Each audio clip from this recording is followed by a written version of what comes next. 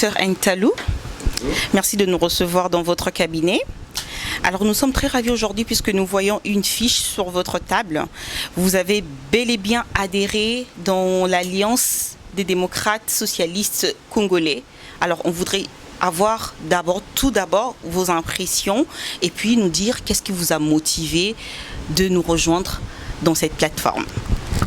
Je vais plutôt répondre à la deuxième question. Qu'est-ce qui m'a motivé? Il y a un mot qui me plaît beaucoup ici, socialiste, social. En fait, moi je suis quelqu'un qui est un peu trop versé dans le social. J'aime beaucoup faire du social par rapport à tout ce que je fais, par rapport à tout mon cursus.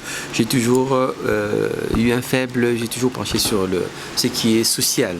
Et donc, une organisation qui s'occupe du social de la population, moi, ça me plaît. Ça me plaît. Et ça c'est motivant pour moi. Et pour pouvoir, c'est motivant et largement suffisant pour moi pour pouvoir rejoindre ADESCO.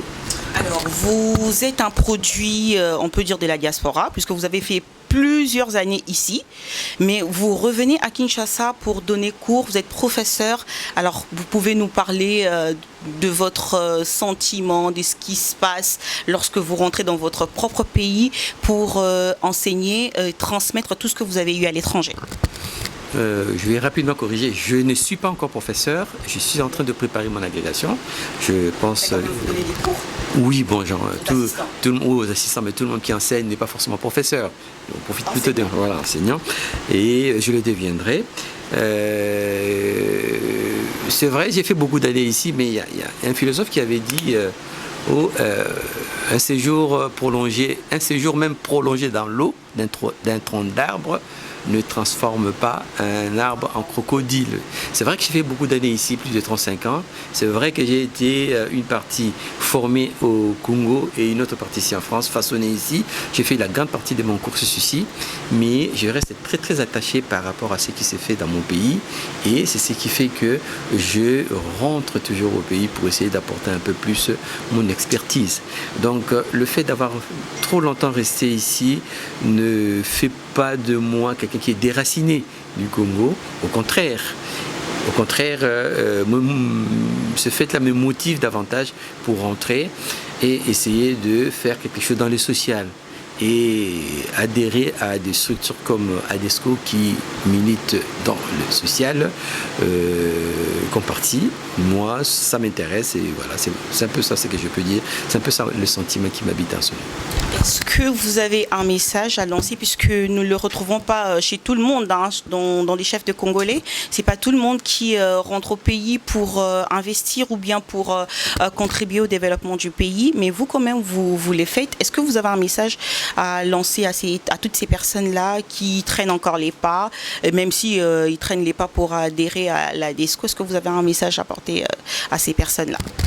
Oui, un message, je l'ai dit tout à l'heure, la vie dont nous jouissons est courte. Alors certaines personnes se disent je le ferai. Comme vous avez dit, ils traînent le pas. Mais la vie, elle est courte. On ne sait pas quand est-ce qu'on partira. Moi, je pense que dès qu'on a la possibilité de le faire, dès qu'on a la possibilité d'adhérer à une structure comme ADESCO, dès qu'on a la possibilité d'œuvrer et d'agir dans le social, je pense qu'il faut le faire. Il ne faut pas traîner le pas. Il faut le faire parce que la vie, elle est tellement courte que remettre à demain ce qu'on peut faire aujourd'hui risque d'être trop tard. Et moi, c'est ça ce que je peux donner comme conseil. Je pense que nous qui avons la chance de venir ici, nous avons essayé de nous former ici. Je pense qu'il est temps, il faut vraiment penser. Il est temps d'aller partager avec des compatriotes qui sont là-bas. Il est temps d'apporter l'expertise que nous avons acquise ici. Et je pense que c'est très important. Et dans la vie d'une personne, je pense que quand on aura fait ça, même si un jour on partait, on se dira j'ai fait quelque chose durant mon passage sur Terre. Alors docteur, on a quand même écouté de manière concise ce que vous faites, mais nous aimerons aussi ceux-là qui vont nous suivre sur nos réseaux sociaux, nos chaînes YouTube et même dans les chaînes au pays savent un peu qui vous êtes. Alors si vous pouvez vous présenter en quelques minutes. C'est un peu difficile, j'aime pas trop parler de moi-même, mais brièvement ce que je peux dire, qui je suis. Bon, moi je suis un pur produit de l'université de Kinshasa. J'ai fini ma médecine à l'université de Kinshasa. Je suis venu en France et j'ai fait 2 spécialités, la pédiatrie et la diabétologie pédiatrique. Actuellement, je travaille à l'hôpital de La Fontaine où je m'occupe des enfants diabétiques, de la filière des enfants diabétiques, et puis je gère un cabinet libéral où je fais de la pédiatrie générale.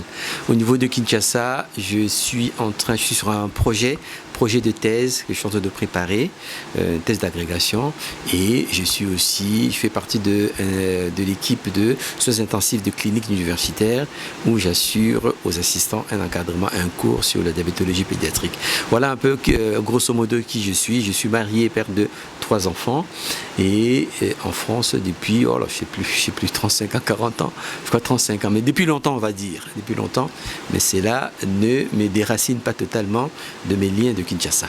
Alors, puisque vous faites des va-et-vient à Kinshasa, vous quand même, vous êtes rédévable au pays, vous lâchez pas de ce pays, vous êtes là de temps en temps, chaque trimestre, après chaque trimestre, vous êtes là.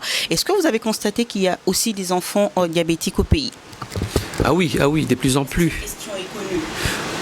Oui, de plus en plus. En fait, on n'y pense pas. Des collègues c'est pas de leur faute, parce que le diabète de l'enfant se manifeste, se révèle ou se déclare d'une façon un peu surprenante. C'est pour ça qu'on n'y pense pas. On y pense souvent en retard. Même ici en France, c'était ça.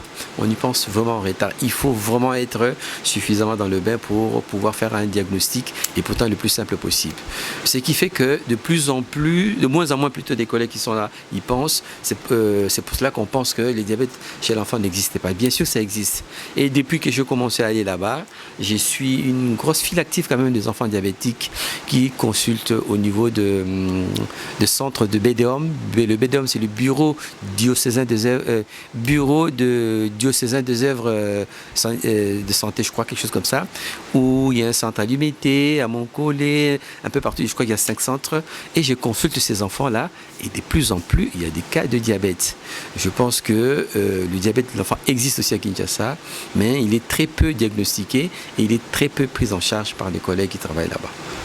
Alors, Chutan, comment vous avez connu ADESCO? Est-ce qu'il y a eu quelqu'un qui vous a parlé de ça, ou sur les réseaux sociaux, ou vous avez eu un parrain? Oui, parrain, peut-être, oui, quelqu'un qui m'a parlé, qui peut-être me connaît et qui connaît un peu qui je suis. Angèle, voilà, Angèle Odia, je peux la citer, voilà, c'est elle qui m'a contacté parce qu'elle me connaît, parce que ça fait longtemps qu'elle me connaît, elle connaît la fibre sociale qui est en moi, elle m'a contacté, et quand elle m'a contacté, elle a commencé à me parler de ADESCO, et tout ce que je lui ai dit, ça rencontrait exactement ce qui se fait là-bas, et donc c'est parti comme ça. Voilà, c'est parti comme ça. J'ai été intéressé, et voilà, c'est pour cela qu'aujourd'hui je signe devant vous mon adhésion. Merci beaucoup, docteur. Voilà. Merci à vous.